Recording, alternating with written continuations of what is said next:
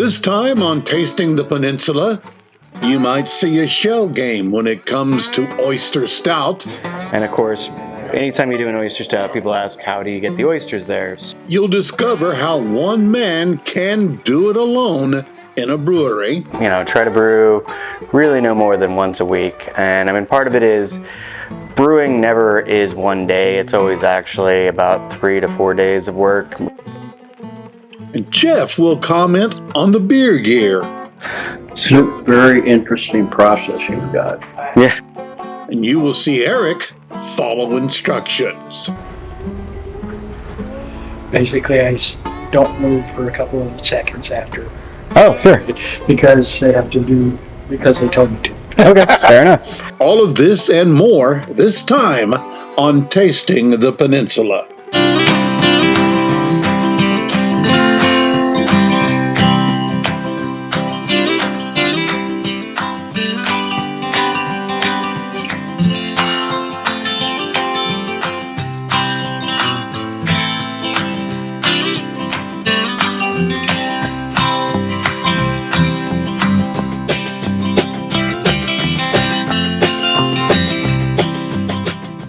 We're in Hoodsport today, and I've got a real treat for you guys.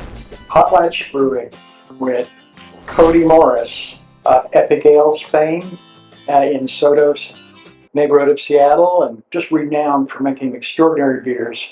We were able to get this visit with Cody at his brewery here, right on the water, and I will say no more. All right. He's got a beautiful beer garden downstairs. I think we should check it out after we check out the brewing. Yeah. Why don't we go and see where the magic happens? Sure, let's do it. All right. Well, Cody, I understand this is a one-man brew operation. That's a lot to do. Yeah. How do you make it all happen? Well, the main thing is just to not brew super frequently. You know, try to brew really no more than once a week. And I mean, part of it is brewing never is one day. It's always actually about 3 to 4 days of work, because that involves cleaning and prep, and then obviously the brew day itself, and then you generally have a couple days of doing some cellar work, which granted doesn't take an entire day, but you know, you still need to schedule that out. And then lastly, you have packaging, and then starting the cycle all back up over again. And so yeah, well, I try to only brew once a week, which means on this 7-barrel system, I'm probably going to max out at about 350 barrels annually, which That is a smaller than boutique. I mean, that's a nano brewery. yeah, it's about at that more or less that scale. Yeah, I mean, we have a couple things. I mean, one, besides the fact that it's just me, we have a very truly physical ceiling of production, because we are. It's kind of hard to tell, but we have very low ceilings, so it'd be hard to put in larger tanks. But we also do brew on septic, which means that I have to do a lot of additional mitigation with our discharge water. You can't just wash down the floors like most breweries. No, and actually that is sort of the sick novelty, that when other brewers come visit the brewery, they notice that I don't have floor drains, which adds a whole other layer, which involves lots of pumps and kiddie pools for cleaning. But you know, we're able to basically move our various cleaning chemicals into holding tanks, which then we apply the correct components to get the pH to a safe level for discharge. Well, Cody, what do we have going on here? So we've got our 5 fermenters. We use them essentially as uni tanks, so that means they're both the fermentation vessel and the vessel in which we carbonate and fine in. Oh, really? Yep. So we've got 3 modern tanks that are fully jacketed. They have a capacity of what is actually refrigerated, or within the glycol zone, is about 8 barrels. You can shove just about almost 9 barrels in it. Of course, you're going to have an excessive amount of blow off. And then in the back, we have our 2 very, very old tanks, and these tanks were the original tanks at Thomas Kemper. Then they were the original tanks at and then they were the original tanks at Pike. Then they were the original tanks at what was it called? Pacific Crest Brewing, and then the original tanks at Rat City, and then they were the original tanks at Naked City, and then I bought them from Don at Naked City, and I've had them since. Unfortunately, because they are sold and they have had a lot of use, the last time I had to have a guy come out to weld a patch in it, he told me that the steel is at a point where next time I get a rupture there, we're just going to have to retire the tanks. So we're not going to scrap them because to me they do feel historic. So we're gonna they're a piece of history. yeah. So History. we'll figure out a home for them. They're fun in the fact that they're really they do have that history, but they were definitely built before people really had an understanding of commercial brewing. So they've got some pretty interesting quirks to them. Namely, they are not jacketed on the bottom of the cone, which means all the yeast you get from them is incredibly stressed. So if you are going to propagate off of them, you're stuck with a very narrow band of yeast strains that will be able to survive that kind of stress, or at least not give you a kind of a funky flavor, which, when you think about it, that probably does explain a lot of those early craft beers in like the 80s and 90s when, they tended to be a little bit more fruity than they are now. And probably a lot of that came from just having incomplete jackets on the tanks, because having these little tiny, almost like a blanket, was a really common practice to just have these little dimpled things. Whereas nowadays, they'll go the entire, almost the entire majority of the tank. And then they also have the fun that they've got some pretty gnarly shadows. So when you are flipping the tank, you generally have to actually climb inside and hand scrub a couple spots, which, I mean, you're not supposed to, but it's still probably better to break OSHA rules than to infect a beer. So I'm a believer in that. Yeah. Speaking of beer, maybe we should do some tasting. Sure, sounds good. All right. This is my favorite part. All right, excellent. What do we have here? So this is the oyster stout. So this was a oatmeal stout that we did in collaboration with both Alderbrook Resort and Hama Hama Oyster Farm. Oh, I love those guys. So this we did for the oyster month that Alderbrook does in April. So this is actually the very tail end of that batch. We'll be brewing it again in the early spring for another April release. We package it both in draft and in tall boy cans, and normally the cans are available both here and at the Union Marina, and I think we'll probably get a little bit more distribution this next year because the beer ended up being pretty popular. So it's like I said, it starts out as a pretty traditional American oatmeal stout, so about 20% oats, a blend of different roasted malts, and using the Talisman True British malt from Skagit as the base.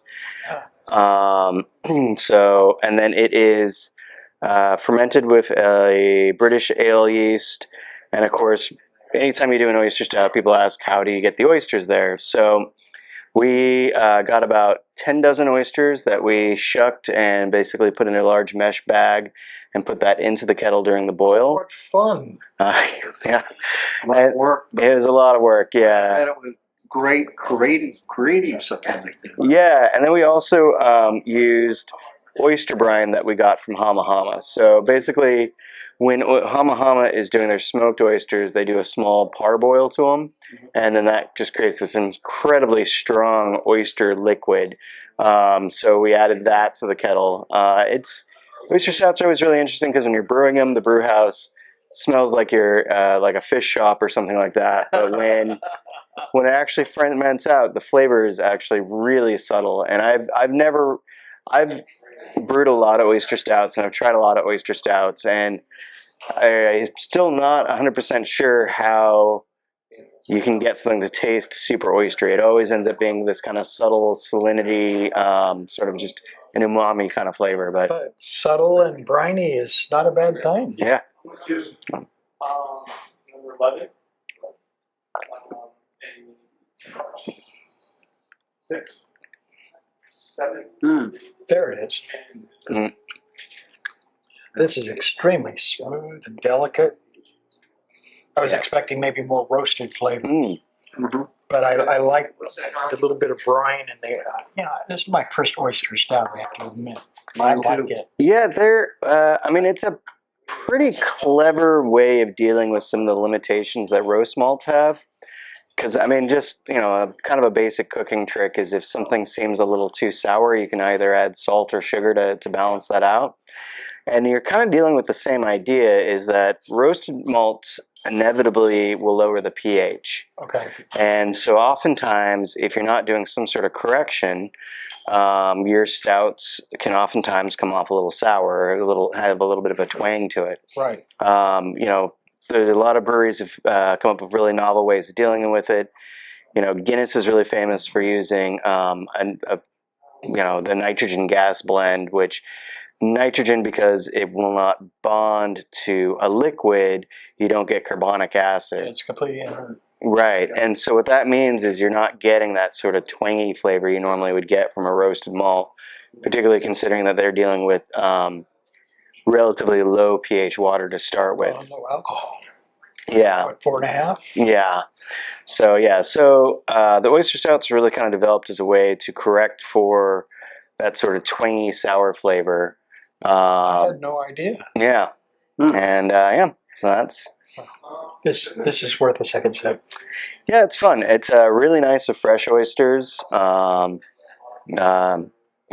a nice smooth little dark beer. So what would you like us to taste next? I guess the next one we'll do would be the Partly Cloudy. So that's this one here. And so this is a oat and pilsner lager that has been dry hopped with citra and cashmere. So this just sits at 5.1, so it's a pretty light beer. Like I said, it's using lager yeast, so it's going to have a lot more of a neutral flavor profile. It takes a lot longer to make a lager, no? Yeah. Generally, lagers, you're going to basically lager, which is to hold cold for some amount of time. And then the yeast itself, you generally are fermenting colder.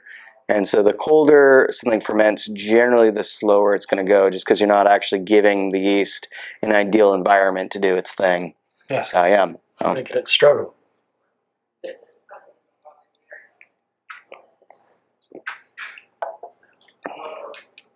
Oh, that's good. And that's not what I was expecting from a lager. Yeah. Yeah. Yeah, well, I mean, both Citra and Citra is really, really well known within the craft beer world. It is probably one of the top 4 hops used in modern IPAs. So you get like that very, what oftentimes like IPA is like synonymous for craft beer for a lot of people. Whether it's a good thing or bad thing, that's up to other people to argue. But there certainly is an aspect to using those really, really assertive hops to kind of create that what most people expect as craft beer. So this beer basically is, for the most part, kind of like a Helles lager, except for it's dry hopped. Yeah. And because it's such a neutral beer, you don't need a lot of the hops, and that really lets those flavors still showcase. And so this was sort of the idea, was to make a beer that would be like a contemporary American IPA, but won't get you in trouble when you're on the boat. I like that. This is delicious. Yeah. And I've never been that much of a lager fan, but you changed me. Yeah, I enjoy doing lagers quite a bit. I started dabbling with them at Mollusk, and then just have gotten more and more into them. And I think we're seeing more craft beers getting into doing We are. getting into lagers.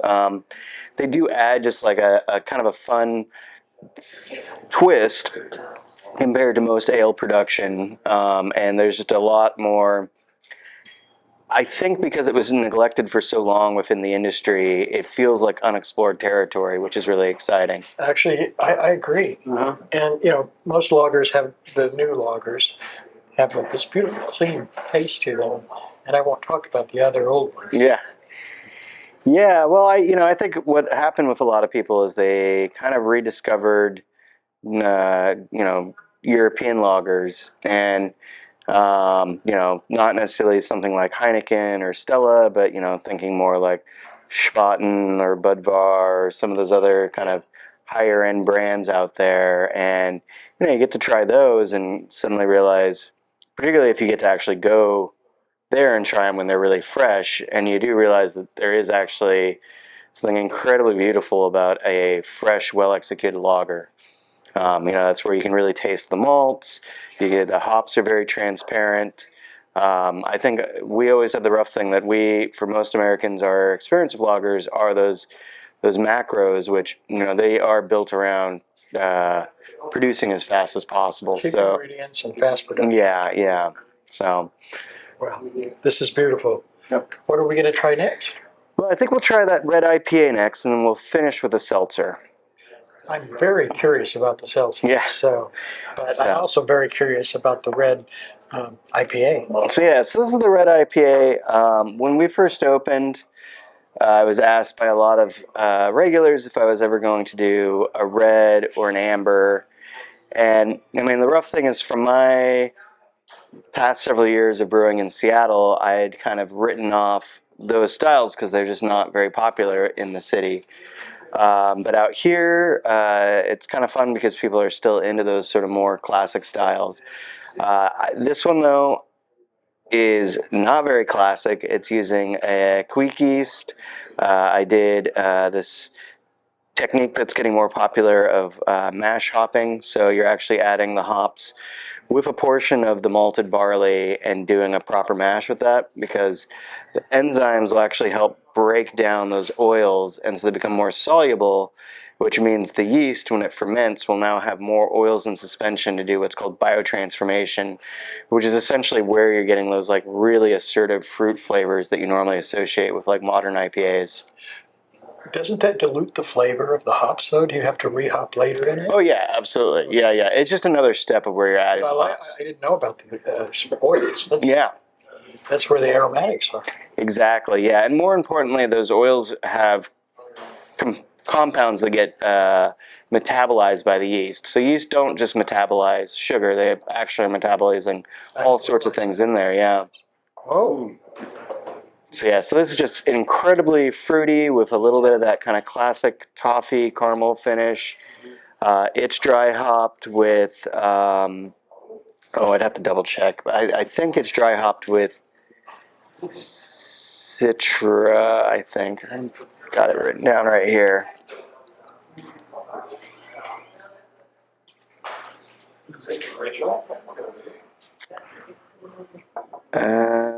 It's all of cashmere.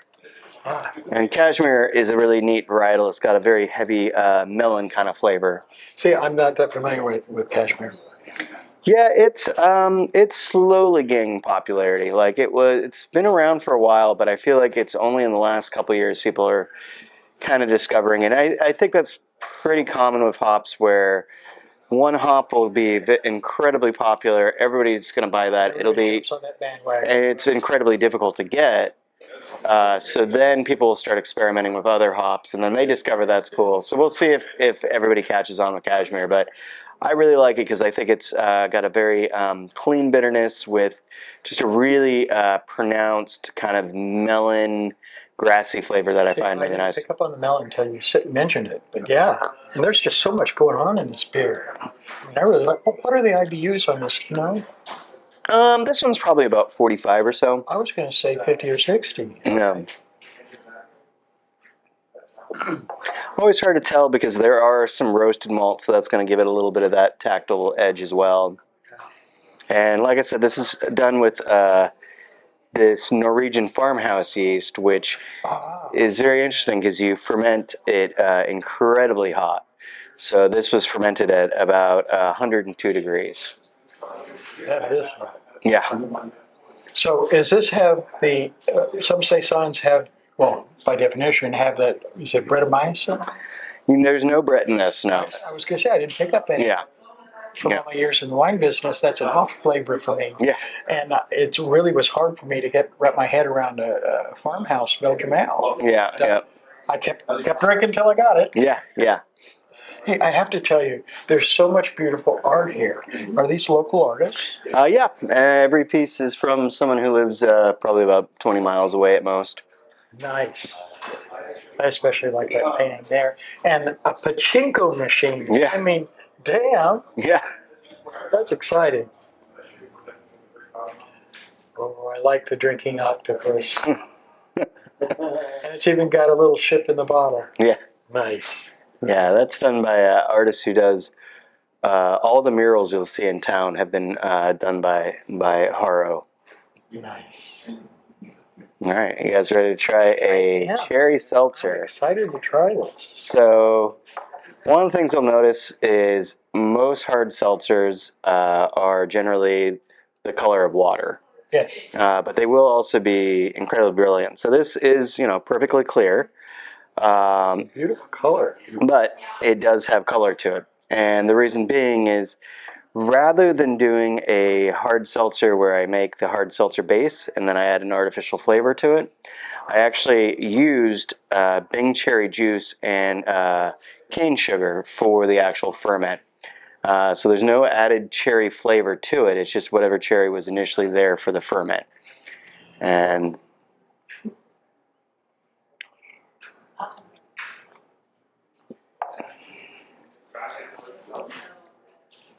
That's the best seltzer I've ever put in my mouth. I've tried a fair amount. yeah, This is delicious, and you can tell the real cherries. It has a depth to it. Nothing's worse than tasting like a cherry cough lozenge. yeah. This is really well done. I highly recommend it. And it finishes up at 0 Play-Doh, so it's 100% dry. I mean, to me, it almost kind of more reminds me of one of those kind of lighter rosé sparklers. You mention it. Mm-hmm. That's right. Yeah. It does. Aside from all the cherry. Yeah. Yeah, so that's going to be my approach with seltzers, is trying to do, I think there is kind of this fun space that we can play in that craft beer initially got to do with, using macro lagers as a juxtaposition point. I think there's a really cool opportunity for craft brewers to treat hard seltzers that way.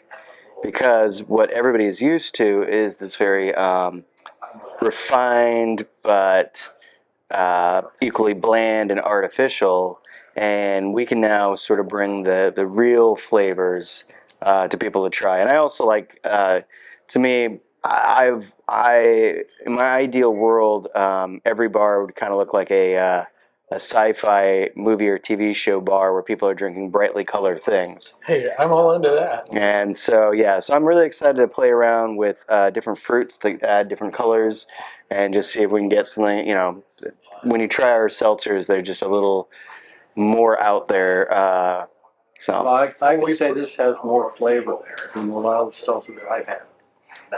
Well, we first drink with our eyes, then with our nose, and with our mouth. You got it covered on all bases. This has been such a pleasure, Cody. Thank you, man. Yeah, you're welcome. Absolutely. Really happy to have you on Tasting the Peninsula. Thank you. All right.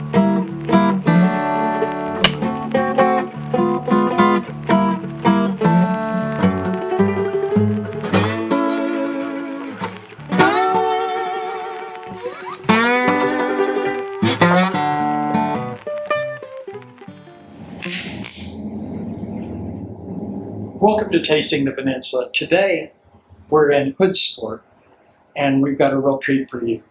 We've got Potlatch Brewing and beautiful beers with Chad, who cut. 3.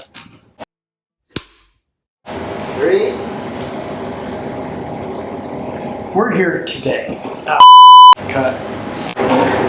I'm sorry. Do you want to do it?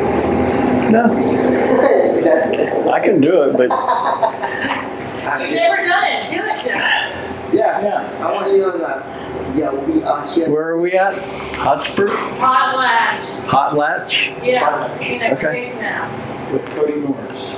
Okay, Cody Moore? Cody Morris. Morris, okay. ready? One. Here we are in Hoodsport. You want me to do the intro? Yeah. We never have runs like that. Well, a little bit of spirits. Yeah. Well, the rough thing is my dad is very generous with his spirit. Yeah. I'll do it this time. Alright. Ready? 3. We're in Hoodsport today, and I've got a real treat for you guys. Potlatch Brewing with Cody Morris.